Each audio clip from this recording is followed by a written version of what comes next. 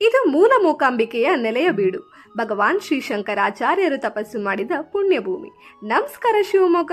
ಹೌದು, ನಾವು ಹೇಳ ಹೊರಟಿರುವುದು ನಮ್ಮ ಶಿವಮೊಗ್ಗ ಜಿಲ್ಲೆಯ ಹೆಮ್ಮೆಯ ಪರ್ವತ ಶ್ರೇಣಿ ಕೊಡಚಾದ್ರಿಯ ಬಗ್ಗೆ. ಪ್ರಕೃತಿ ಪ್ರಿಯರಿಗೆ ಹಾಗೂ ಚಾರಣಿಗರಿಗೆ ಹೇಳಿ ಮಾಡಿಸಿದ ಜಾಗ ಈ ಕೊಡಚಾದ್ರಿ. ಈ ಕೊಡಚಾದ್ರಿ ಸಂಸ್ಕೃತದ ಕುಟಜ ಎಂಬ ಪದದಿಂದ ಕೊಡಚಾದ್ರಿ ಎಂಬ ಹೆಸರು ಬಂದಿದೆ. ಕುಟಜ ಎಂದರೆ ಮಲ್ಲಿಗೆಯ ಬೆಟ್ಟ ಎಂದರ್ಥ.